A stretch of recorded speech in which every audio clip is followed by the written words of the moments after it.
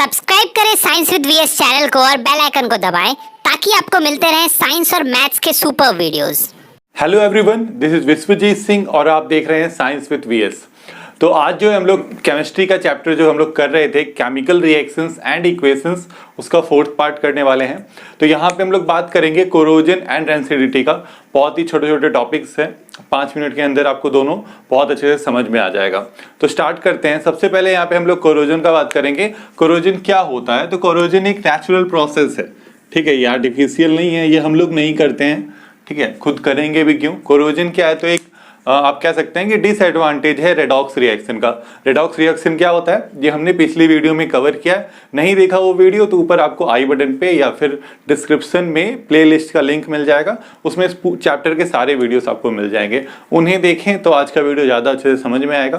तो यहाँ पे क्या है कि कोरोजन रेडॉक्स रिएक्शन का ही एक डिसएडवांटेज है। जो रेडॉक्स रिएक्शन आसपास हमारे होता है या इन्वायरमेंट में होता है उसी का एक डिसएडवांटेज है कोरोजन। तो कोरोजन क्या है? एक नेचुरल प्रोसेस है that causes the transformation of pure metals into undesirable substance. ठीक है, जो प्योर मेटल्स होते हैं, आपको पता है कि मेटल्स बहुत ज़्यादा यूजफुल है हमारे आसपास। जो मेटल्स हैं बहुत ज़्यादा यूजफुल है हमारे लिए, जैसे कि आप घर बनता है कंस्ट्रक्शन में, बिल्डिंग्स का कंस्ट्रक्शन में तो हम लोग आयरन का बहुत ज़्यादा यूज करते हैं, है ना। जो ऑर्नामेंट्स के लिए सिल्वर गोल्ड यूज किया जाता है, स्टील के बर्तन आप यूज करते हैं, तो बहुत ज़्यादा जो है मेटल जो है हमारे आसपास बहुत ज़्यादा यूजफुल है, ठीक है। तो अगर वही मेटल जो है कोरोड हो जाए, अगर वो खराब हो जाए, अनडिजायरेबल सब्सटेंस में चेंज हो जाए, तो इसी प्रोसेस को हम कोरोजन कहते हैं, ठीक है। इसीलिए ये हमारे लिए डिसएडवांटेजियस है। क्यों? क्योंकि वो जो आपका प्योर मेटल है वो एक अनडिजायरेबल सब्सटेंस में चेंज जाता है जो हमारे लिए अब यूजफुल नहीं रहा, ठीक है। तो ये होता क्यों है? क्योंकि प्रेजेंस होता है किसका? Air and moisture. Due to the presence of air and moisture, air और मॉइस्चर के प्रेजेंस में जब हमारा मेटल किसी अनडिजायरेबल सब्सटेंस में चेंज हो जाता है तो उसी को हम क्या बोलते हैं? इसी प्रोसेस को हम कोरोजन बोलते हैं। तो इसके एग्जांपल्स देखिए। एग्जांपल्स है, पहला आपका रस्टिंग ऑफ आयरन, सबसे कॉमन है ना, रस्टिंग ऑफ आयरन। आयरन में जंग लगते हुए तो आपने जरूर देखा होगा, ठीक है। तो वही हमारा जो है फर्स्ट ये है एग्जाम्पल। इसमें होता क्या है? तो आयरन जो है वो आसपास के मॉइस्चर यानी वाटर जो है आपके चारों तरफ, आयरन के चारों तरफ, और ऑक्सीजन, इसके साथ वो रिएक्ट करता है। रिएक्ट करके क्या फॉर्म करता है? रस्ट फॉर्म करता है, जिसका कि फॉर्मूला है Fe2O3X H2O। ये जो है क्या है? ये रस्ट का फॉर्मूला है, केमिकल फॉर्मूला है, ठीक है। मतलब यहाँ पे क्या होता है कि आपका आयरन ऑक्साइड फॉर्म होता है, साथ में कुछ वाटर के मॉलिक्यूल्स अटैच होते हैं रस्ट में। कितने होते हैं वो फिक्स नहीं है, एक भी हो सकता है, 100 भी हो सकता है, फिक्स नहीं है। डिपेंड करता है कितना मॉइस्चर चारों तरफ है आयरन के, उतना वाटर मॉलिक्यूल यहाँ पे चिपका हुआ रहेगा हर एक मॉलिक्यूल ऑफ रस्ट के साथ। इसके बाद जो सेकंड एग्जांपल है हमारा वो है कोरोजन इन कॉपर। कॉपर में कोरोजन, तो आप लोगों ने स्टैचू ऑफ लिबर्टी के बारे में तो जरूर सुना होगा, स्टैचू ऑफ लिबर्टी, है ना। तो वो जो है आपका वो ग्रीन कलर का भी दिखाई देता है, पर वो जब बना था, जब वो कंस्ट्रक्ट हुआ था तो वो ग्रीन कलर का नहीं था, वो कॉपर के कलर का था। कॉपर किस कलर का है? ब्राउन कलर का था। जो स्टैचू ऑफ लिबर्टी है उस टाइम जब वो बना था तो उस टाइम वो ब्राउन कलर का था, पर इसी प्रोसेस के कारण, कोरोजन के कारण आज वो ग्रीन कलर का है। तो वो कैसे हुआ? तो वो कॉपर का बना हुआ है, ठीक है। कॉपर जो है वो कार्बन डाइऑक्साइड, वाटर और ऑक्सीजन तीनों के साथ रिएक्ट करता है। मतलब मॉइस्ट एयर, यहाँ पे भी क्या है? Air and moisture. एयर में बहुत सारे गैसेस हैं, तो कार्बन डाइऑक्साइड भी प्रेजेंट है, ऑक्सीजन भी प्रेजेंट है। तो एयर और मॉइस्चर के साथ ये आपका कॉपर जो है वो रिएक्ट करता है और क्या फॉर्म करता है? एक मिक्सचर सा फॉर्म करता है कॉपर कार्बोनेट का और कॉपर हाइड्रोक्साइड का।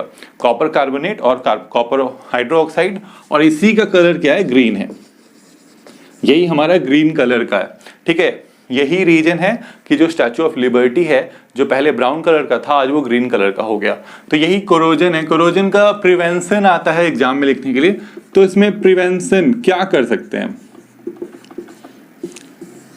तो इसके प्रिवेंशन के लिए हमको क्या करना होगा? हमको मेटल को मॉइस्चर और एयर से दूर रखना होगा। यही एक उपाय है कि आप जो आपका मेटल है उसको आप दूर रखिए।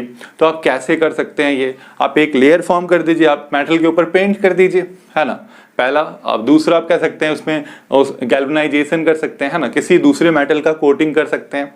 या फिर उसमें क्या कहते हैं उसको एलॉय फॉर्म कर सकते हैं, जैसे आयरन से स्टील फॉर्म कर दीजिए तो वो कोरोड नहीं होता है। तो ये सारे 2-3 प्रिवेंशंस हैं जो आपको याद रखने हैं। 2 प्रिवेंशंस कभी कभी आता है एग्जाम में लिखने के लिए कोरोजन के डेफिनेशन के साथ, ठीक है। तो ये हो गया हमारा कोरोजन। अब है हमारा टॉपिक रेंसिडिटी। रेंसिडिटी किसको बोलते हैं? तो रेंसिडिटी क्या है कि जैसे कि आपने देखा होगा फूड का मतलब स्पॉइल हो जाना, एक तरह से आप कह सकते हैं। जैसे कि रात में कोई खाना बनाया और उसको ऐसे ही छूट गया और सुबह जब उठे तो उसका जो टेस्ट है, स्मेल है, वो चेंज हो गया। तो इसी प्रोसेस को हम रेंसिडिटी बोलते हैं। उस फूड को रेंसिड फूड बोला जाता है। तो होता क्या है कि जो उस फूड में फैट्स एंड ऑयल प्रेजेंट होता है, when fats and oil present in food oxidises, ठीक है। फैट्स और ऑयल जो प्रेजेंट होता है फूड में, जब वो ऑक्सीडाइज हो जाता है, मतलब आसपास के ऑक्सीजन के साथ रिएक्ट कर जाता है, तो क्या होता है कि जो फूड का टेस्ट है, स्मेल है, वो चेंज हो जाता है, पैथेटिक हो जाता है, खराब हो जाता है, आप कह सकते हैं। तो इसी प्रोसेस को हम क्या बोलते हैं? रेंसिडिटी बोलते हैं। This process is known as rancidity. तो इसका यही सिंपल सा डेफिनेशन है। तो इसका प्रिवेंशन क्या है, ठीक है। जैसे कोरोजन का प्रिवेंशन पढ़ा हमने, वैसे ही रेंसिडिटी का भी प्रिवेंशन है। पहला तो आप क्या कि उसको एयर से दूर रखिए। एयर के कारण ही हो रहा है तो एयर से दूर रख दीजिए। तो एयर टाइट कंटेनर में आप उसको रख सकते हैं, ठीक है। फर्स्ट स्टेप है कि उसको आप फूड को एयर टाइट कंटेनर में रख सकते हैं। तो जब तक उसमें एयर जाएगा नहीं, वो रिएक्ट करेगा नहीं, तो वो फूड जो है आपका बचा रहेगा।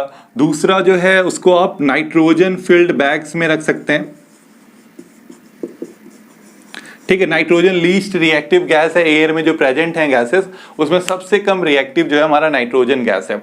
इसीलिए तो देख रहे हैं अराउंड 70% जो है हमारे पास क्या है, नाइट्रोजन गैस है हमारे एटमॉस्फेयर में। पर फिर भी जो है आपका फूड ऑक्सीजन के साथ रिएक्ट कर रहा है, नाइट्रोजन के साथ रिएक्ट नहीं कर रहा। इसका रीजन ये है कि नाइट्रोजन बहुत कम रिएक्टिव है, बहुत नॉवल गैस की तरह है, मतलब बहुत कम रिएक्ट करता है वो। तो नाइट्रोजन जो है वो फिल्ड, अगर आप जैसे चिप्स के पैकेट होते हैं, कुरकुरे के पैकेट होते हैं, उसमें जो एयर भरा होता है, एक्चुअली वो एयर नहीं होता है, वो नाइट्रोजन होता है। नाइट्रोजन गैस से भरा हुआ अगर वो पैकेट है और उसमें अगर फूड है, तो उसमें बहुत कम चांसेस हैं कि वो रैंसिड होगा, या लंबे समय तक जो है वो रैंसिड नहीं होगा, उसमें रैंसिडिटी नहीं होगा।